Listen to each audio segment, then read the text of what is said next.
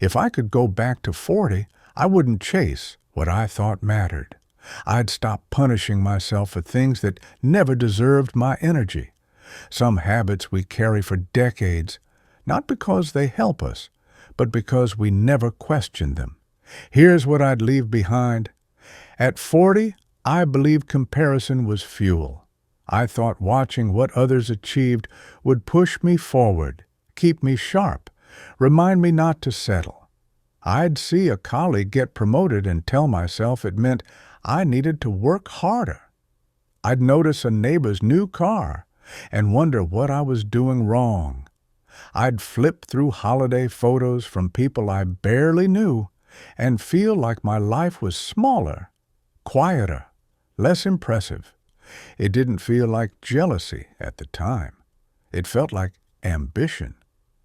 But by 60, I understood what it really was. It was exhausting, and it was stealing my peace. One comparison at a time. The problem with measuring yourself against others is that the finish line keeps moving.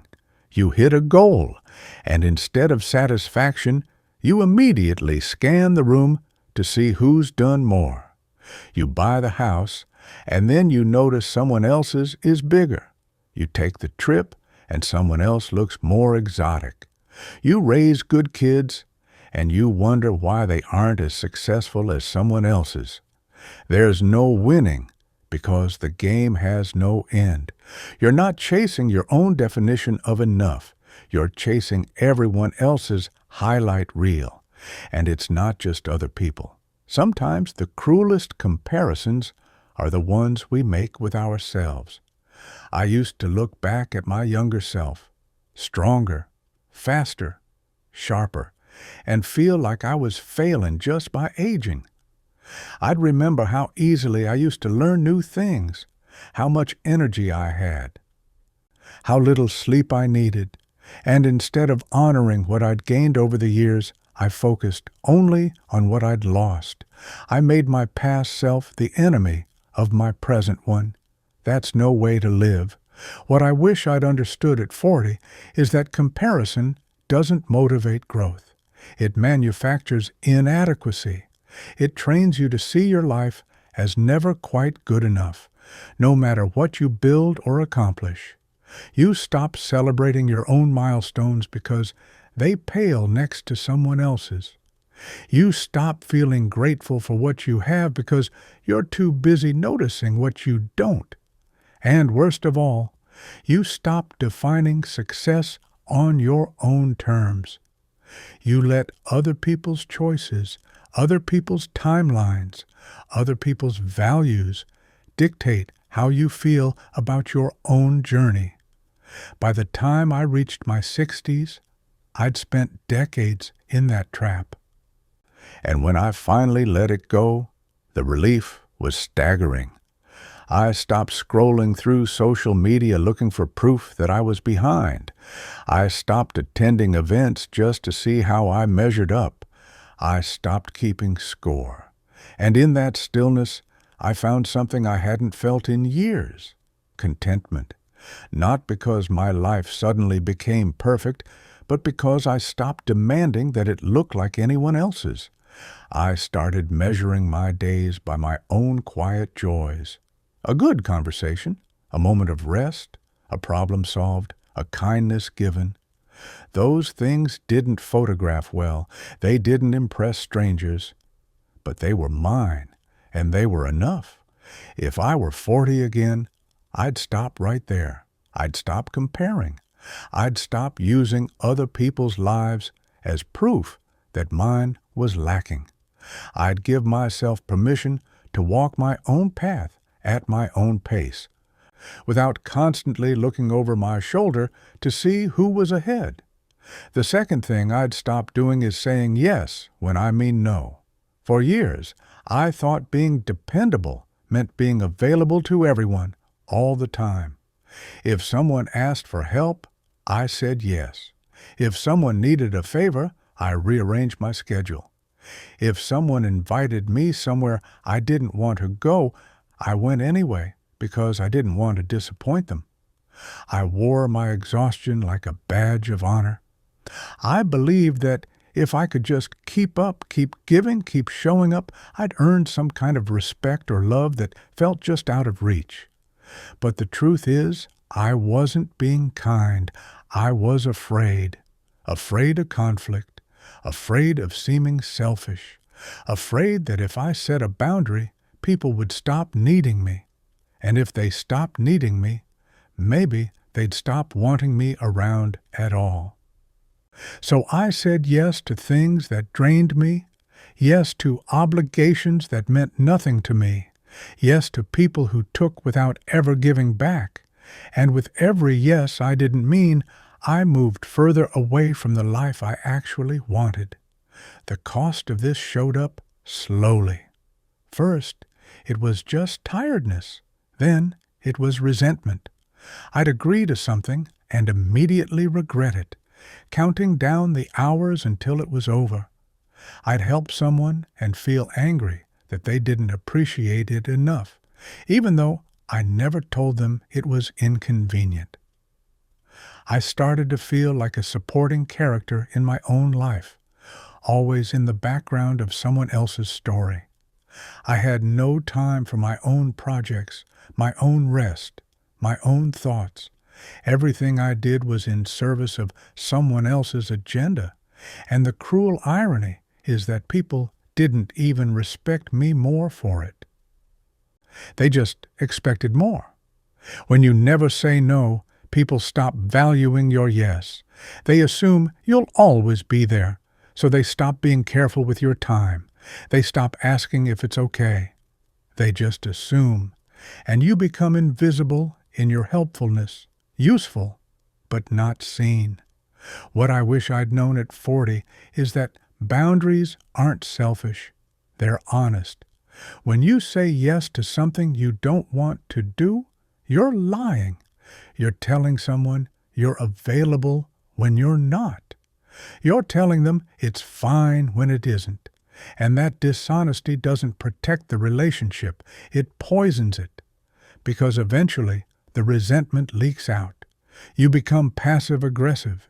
You start avoiding people. You burn out. And the relationships you were trying to preserve by always saying yes are the first ones to collapse under the weight of your unexpressed frustration. Learning to say no, kindly, clearly, without over-explaining, was one of the hardest and most liberating things I ever did.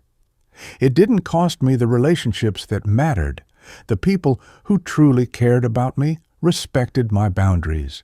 They didn't need me to be endlessly available to value me. And the ones who got upset when I said no, they were never really there for me in the first place. They were there for what I could do for them. Letting those relationships fade wasn't a loss. It was clear. If I were 40 again, I'd start saying no much sooner. Not to be difficult, not to be cold, but to honor my own limits and protect my own energy for the things and people that truly matter. The third thing I'd stop doing is ignoring my body's signals. At 40, I was still operating like I was invincible. I'd feel a twinge in my back and push through it. I'd wake up tired and drink more coffee. I'd skip meals, stay up late, sit for hours without moving, and tell myself I'd rest later. My body kept sending me quiet warnings, and I kept dismissing them as inconveniences. I treated my health like something I could negotiate with, something I could deal with after I finished everything else on the list.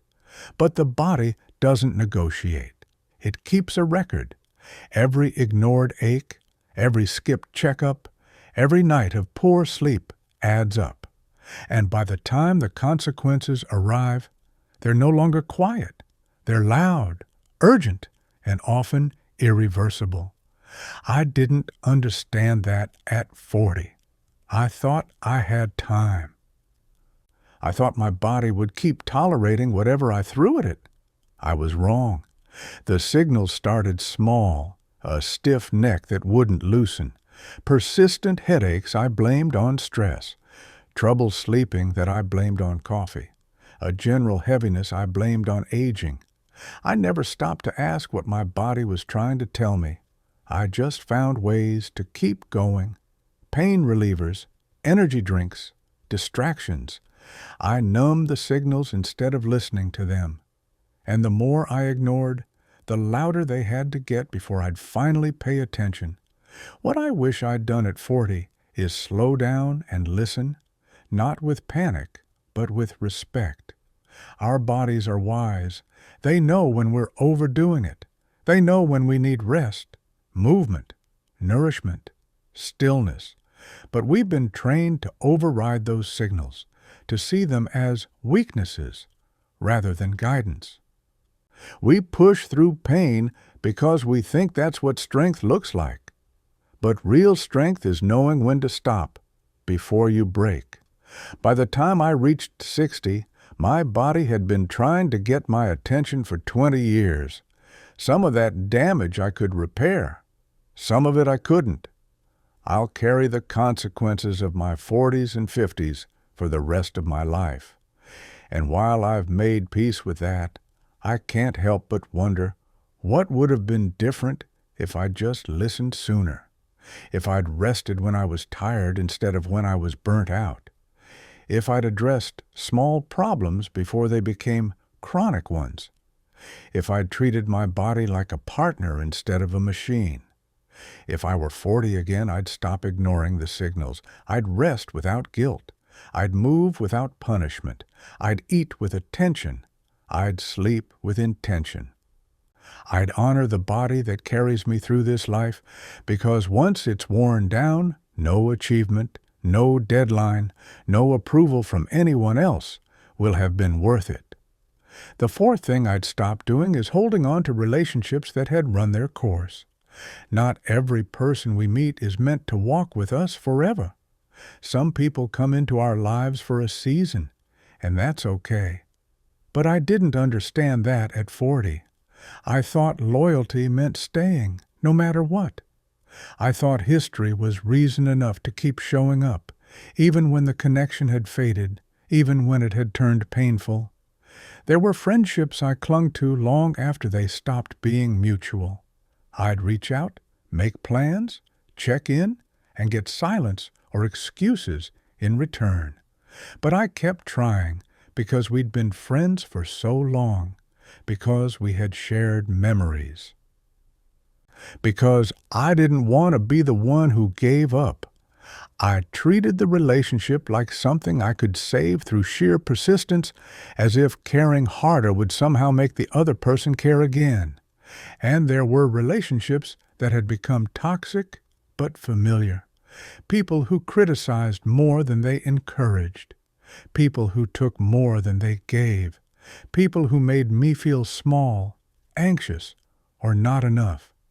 But I stayed because I didn't know how to leave without feeling guilty. I stayed because I thought walking away would make me a bad person. I stayed because the idea of being alone felt worse than the reality of being drained. What I didn't see at the time was how much space those dying relationships were taking up. Energy I could have put toward people who actually valued me. Time I could have spent building new connections or deepening the ones that were healthy. Peace I could have had if I'd stopped forcing something that no longer fit. Letting go doesn't mean the relationship was a failure. It just means it's complete. People change. Priorities shift. What once brought us together no longer does. And that's not a betrayal. That's life. Honoring what a relationship was doesn't mean pretending it still is. Sometimes the kindest thing we can do for them and for ourselves is to release it with gratitude and move forward. If I were 40 again, I'd stop holding on out of obligation. I'd stop watering dead plants. I'd give myself permission to let relationships evolve or end naturally, without guilt, without drama, without bitterness. I'd trust that the people meant to stay will stay, and the ones who leave are making room for something better. The fifth and final thing I'd stop doing is delaying the life I actually want. Someday, I used to say, someday I'll travel. Someday I'll write that book. Someday I'll learn to paint, take that class, call that old friend, visit that place I've always dreamed of. Someday, when things settle down, when I have more time, when I have more money, when I'm more prepared, someday became my favorite excuse for not living. At 40, I believed I had all the time in the world. I thought the life I wanted could wait because I was busy building the life I thought I was supposed to have. The career, the house, respectability. I told myself that once I checked all the boxes, then I'd get to do what I actually wanted. But the boxes kept multiplying. There was always one more thing to achieve. One more responsibility to handle, one more reason to postpone joy. And then I blinked, and I was 60, and some of those dreams were still sitting on the shelf, gathering dust. The friend I meant to call had passed away. The trip I planned to take required a level of mobility I no longer had. The creative projects I postponed no longer felt urgent because I'd spent so long ignoring them that I'd stopped believing they mattered. The truth no one tells you is that someday isn't a guarantee. It's a gamble, and the longer you wait, the higher the cost. You don't get those years back. You don't get a second youth. You don't get to press pause on aging while you finish your to-do list. Life is happening now, whether you're ready or not. And if you keep waiting for permission, for the perfect moment, for everything to align, you'll wake up one day and realize you spent your whole life preparing to live instead of actually living.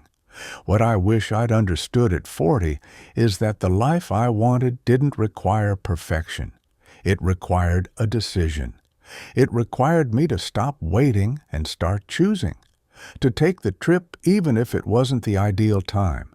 To start the project even if I wasn't sure I'd finish. To reach out even if it felt awkward. To live imperfectly and presently instead of waiting for some future version of myself who had it all figured out. If I were 40 again, I'd stop delaying. I'd stop treating my own dreams like luxuries I had to earn. I'd stop living in rehearsal, waiting for the real performance to begin. Because this is it. This is life, and it won't start someday.